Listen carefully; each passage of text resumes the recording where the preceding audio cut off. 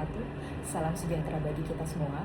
Perkenalkan, saya Yulisya Zuriatni, dosen pada Prodi S1 Teknik Sipil Fakultas Teknologi Infrastruktur dan Kewilayahan Institut Teknologi PLN. Video ini merupakan bagian dari pernyataan diri dalam unjuk kerja Tridharma Perguruan Tinggi atau PDD UKTPT untuk sertifikasi dosen tahun 2026 khususnya dalam aspek pengajaran. Pada kesempatan kali ini saya akan menjelaskan mengenai mata kuliah kimia dasar yang saya ampuh, di mana pada mata kuliah ini mahasiswa dibekali dengan kemampuan analitis untuk memahami dan menerapkan prinsip-prinsip kimia dasar dalam konteks sains dan teknik. Pembelajaran dilakukan melalui diskusi, kuliah, serta penugasan untuk membentuk keterampilan berpikir logis dan komunikasi ilmiah baik secara lisan maupun tulisan. Mata kuliah ini memiliki bobot 2 SKS, dan mata kuliah ini terdiri dari beberapa topik. Topik pertama, konsep dasar atom dan sejarah model atom, struktur atom, konfigurasi elektron, dan tabel periodik pada pertemuan kedua. Pada topik ketiga membahas ikatan kimia, ikatan ionik, kovalen, logam, dan bentuk molekul. Kemudian pada pertemuan keempat ada konsep mol, massa molar, dan persamaan kimia. Pada pertemuan kelima, hukum dasar kimia. Pada pertemuan keenam dan ketujuh membahas stoikiometri reaksi dan perhitungan. Kemudian pada pertemuan ke-8 ada ujian tengah semester. Pada pertemuan ke-9 membahas mengenai produk kelarutan, prinsip kelarutan dan pengendapan. Pada pertemuan ke-10 membahas proses titrasi dan interpretasi dari kurva titrasi. Pada pertemuan ke-11 membahas termokimia, baik itu sistem, entalpi. Kalau pertemuan ke-12 membahas tentang laju reaksi dan faktor-faktor yang mempengaruhi laju reaksi. Mekanisme reaksi dan penentuan order reaksi pada pertemuan ke-13, dan pertemuan 14-15 membahas mengenai topik aplikatif baik itu reaksi netralisasi dalam kehidupan sehari-hari serta termokimia dan kinetika dalam industri dan lingkungan, di mana mata kuliah ini memiliki bobot aktivitas partisipatif 10%, hasil dari case-based project atau tugas kelompok 20%, tugas mandiri 20%, UTS dan UAS masing-masing 25%. Selanjutnya, Anda akan menyaksikan cuplikan proses pembelajaran saya bersama mahasiswa di kelas pada pertemuan ketiga yang membahas mengenai ikatan kimia, yaitu ikatan ionik, ikatan kovalen. Warahmatullahi wabarakatuh. Waalaikumsalam warahmatullahi wabarakatuh. Selamat pagi teman-teman semua. Pagi, Bu. Oke, baik. Jadi hari ini kita akan masuk ke materi ikatan kimia, di mana pada pertemuan sebelumnya kita sudah mempelajari mengenai konfigurasi elektron. Pada materi ikatan kimia, kita akan mempelajari tentang lambang Lewis, ikatan ion, ikatan kovalen. Kita mulai dari ikatan kimia. Jadi, ikatan kimia ini adalah ikatan yang terjadi antar atom atau antar molekul. Nah, ikatan kimia ini bisa terjadi dengan dua cara. Cara yang pertama adalah serah terima elektron, yang kedua penggunaan bersama pasangan elektron. Jadi, sebuah atom itu dia biasanya akan membentuk ikatan sampai dengan atom itu dikelilingi oleh 8 elektron valensi. Ini aturan yang paling senang kita kenal sebagai aturan oktet. Nah, aturan ini yang akan membantu kita ya, di mana di sini ada lambang titik Lewis, ini adalah lambang unsur, dan titik-titik di mana setiap titiknya itu menggambarkan setiap elektron valensi. Ada yang masih ingat apa itu elektron valensi? Ya, ada. Elektron paling keluar dari sebuah atom. Betul, jadi elektron yang keluar pada kulit atom. Coba Ca. Ada yang bisa menggambarkan konfigurasinya? 20 Ca. Stop. Coba. Oke, apa yang dibanding?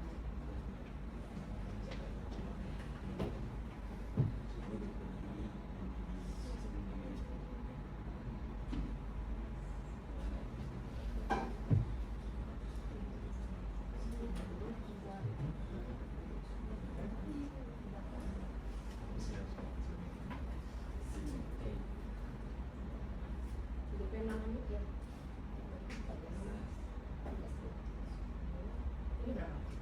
20.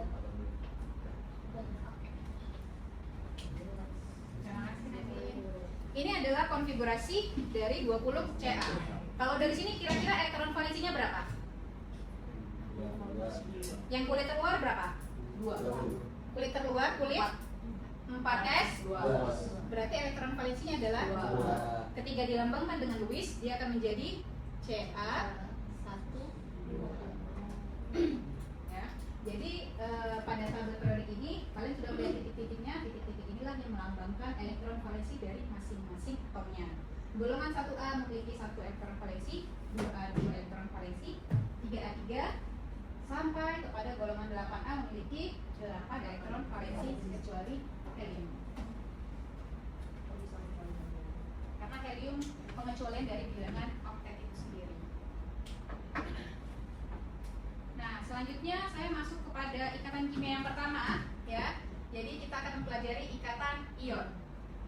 Nah, ikatan ion ini adalah gaya elektrostatik antara dua ion yang berlawanan muatan. Artinya ada satu yang bermuatan positif, ada satu yang bermuatan negatif. Di mana biasanya logam itu akan cenderung melepaskan. Kalau dia melepaskan, maka dia akan membentuk kation atau ion yang bermuatan positif. Kalau non logam biasanya dia cenderung menerima, maka menerima dia akan membentuk anion yang bermuatan negatif. Nah, ketika logam dan non logam bertemu, dia akan membentuk ikatan ion. Betul. Contohnya antara 11 Na dengan 17 Ada yang mau coba buat konfigurasinya? 17 dan 11. Ayo. 11. Boleh, ini ada 2.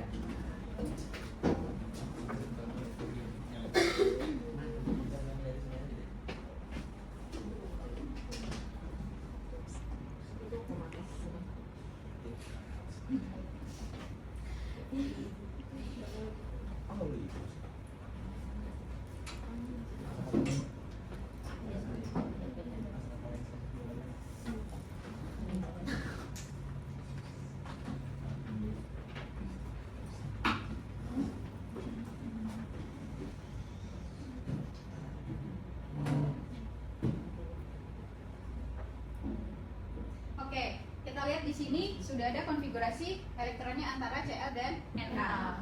Ingat, dia harus mengikuti aturan oktet. Aturan apa? Oktet, Bu. Nah, Na itu memiliki elektron valensi 1. Untuk mengikuti aturan oktet, maka dia harus mencapai 8. Ya. Oleh karena itu, Na ini akan cenderung melepaskan 1 elektron, ya, sehingga dia akan menjadi Na+. Melepaskan 1 elektron. Bagaimana dengan Cl? Menerima berapa? 1. Ya, maka dia akan membentuk dan keduanya akan memiliki ikatan ion sehingga membentuk senyawa NaCl.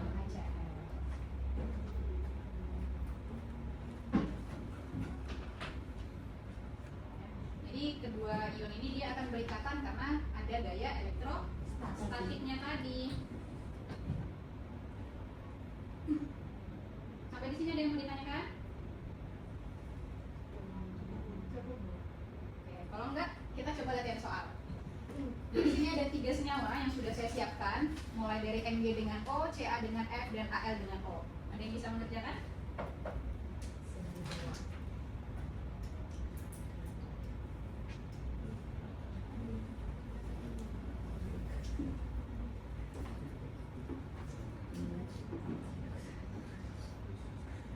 Mg itu 12, O itu 8, Ca itu 20, F itu 9, Al itu 13, O tadi berapa? 8. Kalau lupa boleh dilihat tabel periodiknya.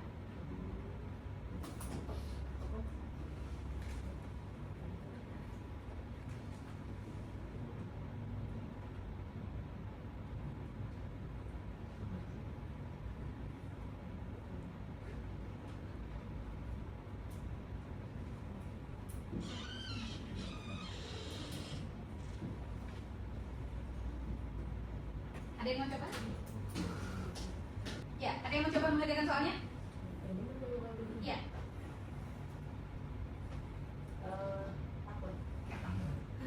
Oke, boleh dicoba sekarang.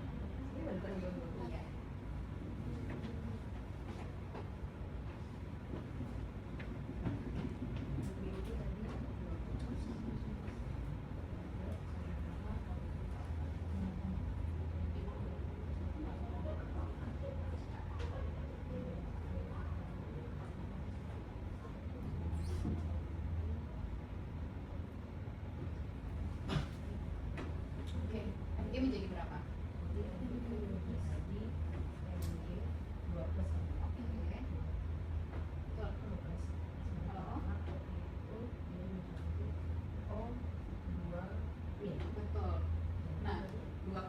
2-min.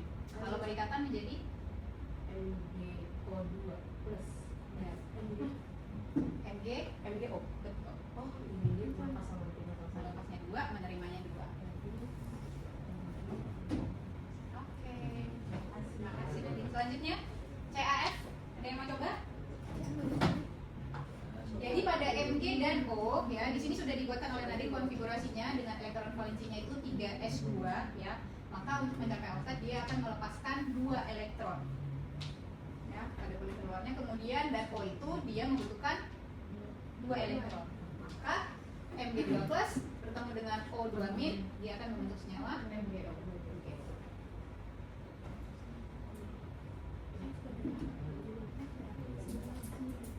Ada yang mau coba CA dan F?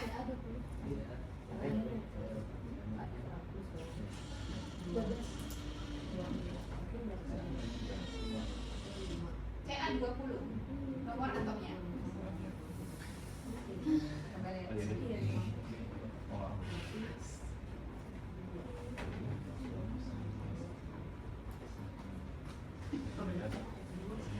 Coba.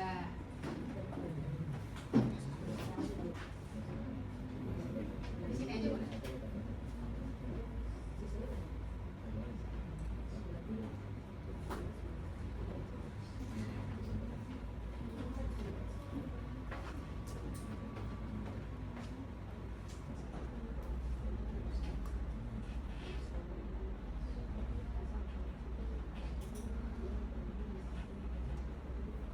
Oke, konfigurasinya sudah oke.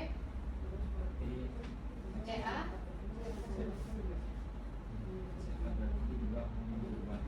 ini plus ya.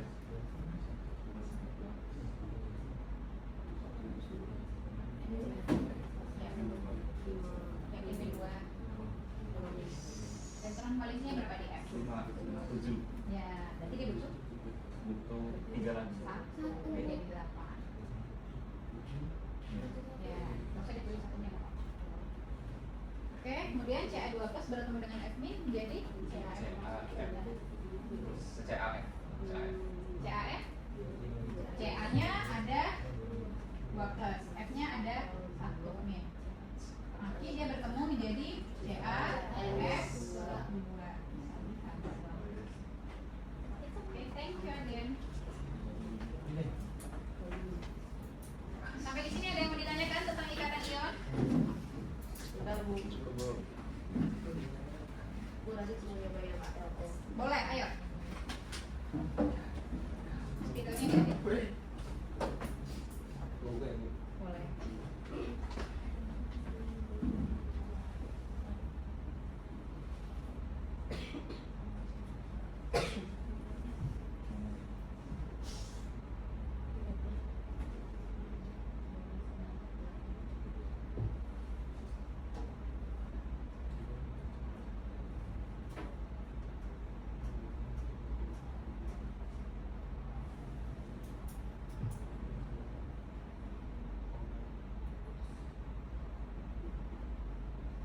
Yakin 5?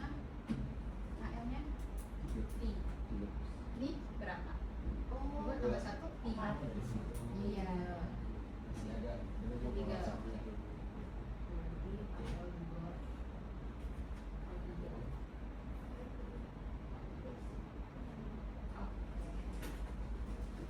Terima kasih, Rabi.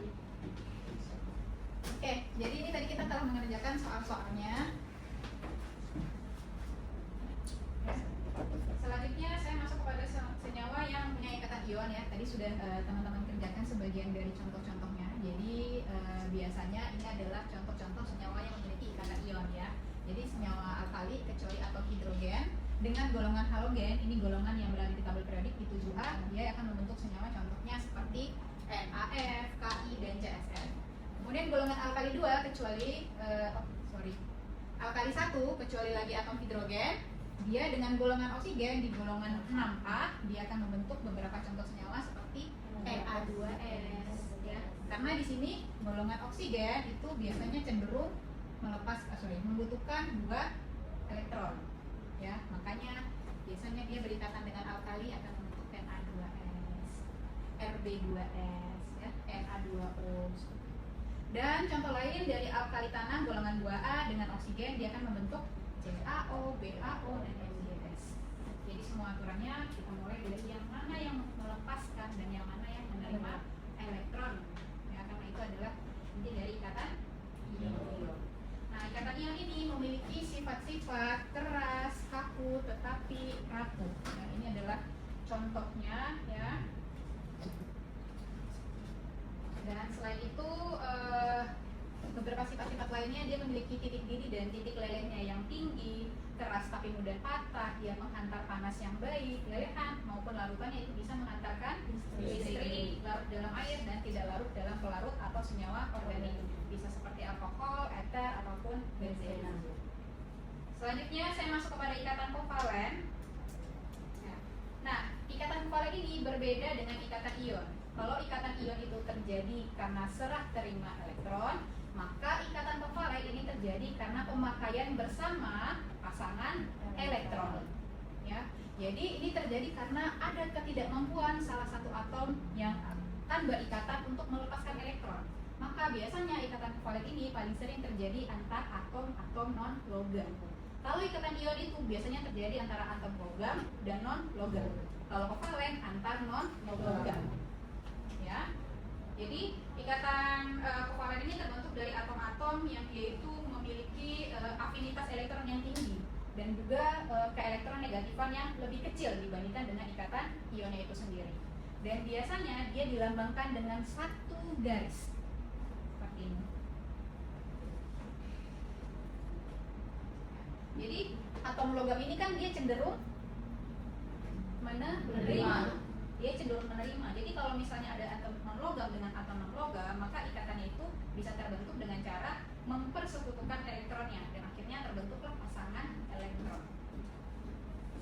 Nah, ikatan yang pertama, ikatan kovalen tunggal. Ikatan kovalen tunggal ini adalah dua atom yang berikatan melalui sepasang elektron. Dan ikatan ini contohnya terjadi antara atom H dengan atom H. H itu nomor atomnya 1 ya, 1s1. Di sini kita membutuhkan lambang Lewis untuk membantu. Maka atom H memiliki 1 elektron. Dia akan berikatan dengan atom H lain yang juga memiliki 1 elektron. Nah, elektron ini yang akan mereka gunakan secara bersamaan untuk membentuk kestabilan. Karena H ini adalah pengecualian dari oktet, maka dia tidak perlu mencapai 8 elektron. Ya, maka H ini cukup dengan mengikuti aturan Duplet, 2 elektron sudah stabil. Dan ini akan dilambangkan menjadi H. Ini adalah ikatan kovalen tunggal.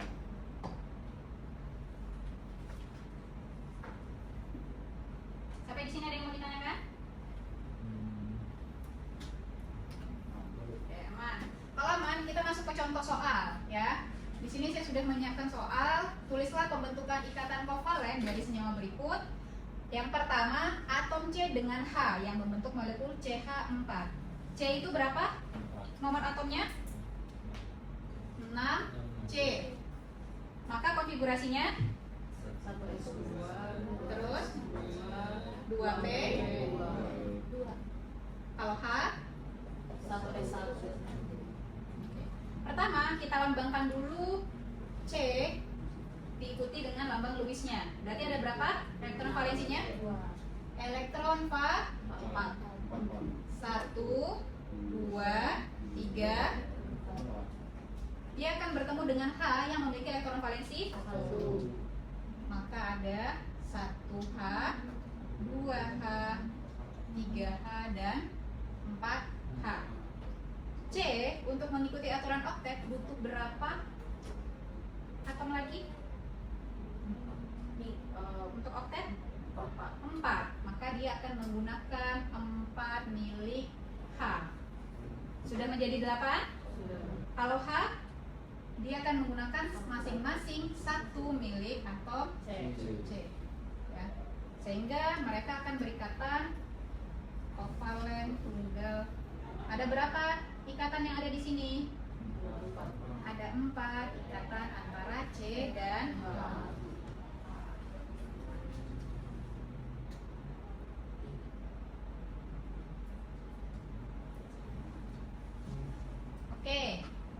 kita coba yang kedua.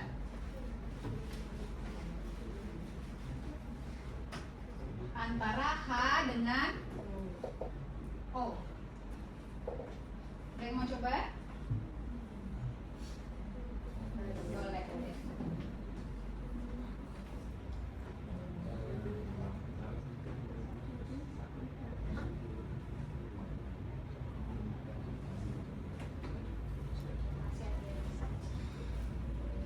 Ya. Begini ya. Jadi ketika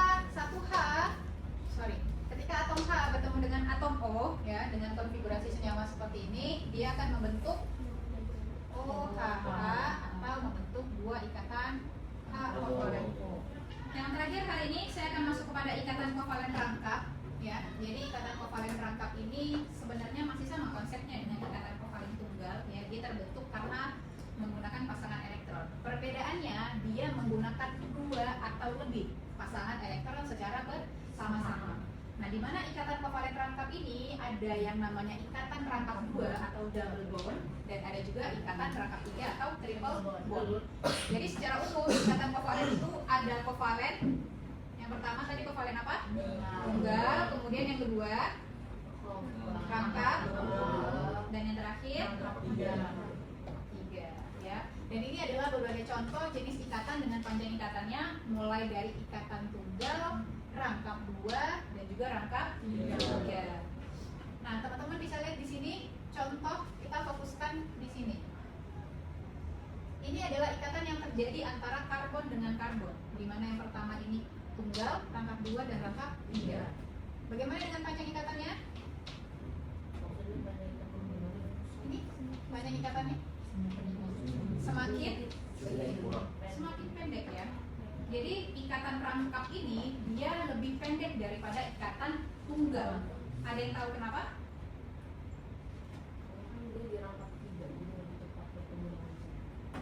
Bukan karena cepat bertemu dengan TH. Jadi panjang ikatan ini didefinisikan sebagai jarak antara inti dari dua atom yang berikatan secara kovalen. Jadi kalau semakin banyak ikatannya, semakin kuat tarikannya, maka jaraknya semakin pendek. Oke, sampai di sini kita tadi telah mempelajari mengenai ikatan kimia. Ikatan pertama yang kita pelajari adalah apa itu ikatan ion? Terbentuk karena. Kemudian yang kedua ada ikatan. Apa itu ikatan kovalen?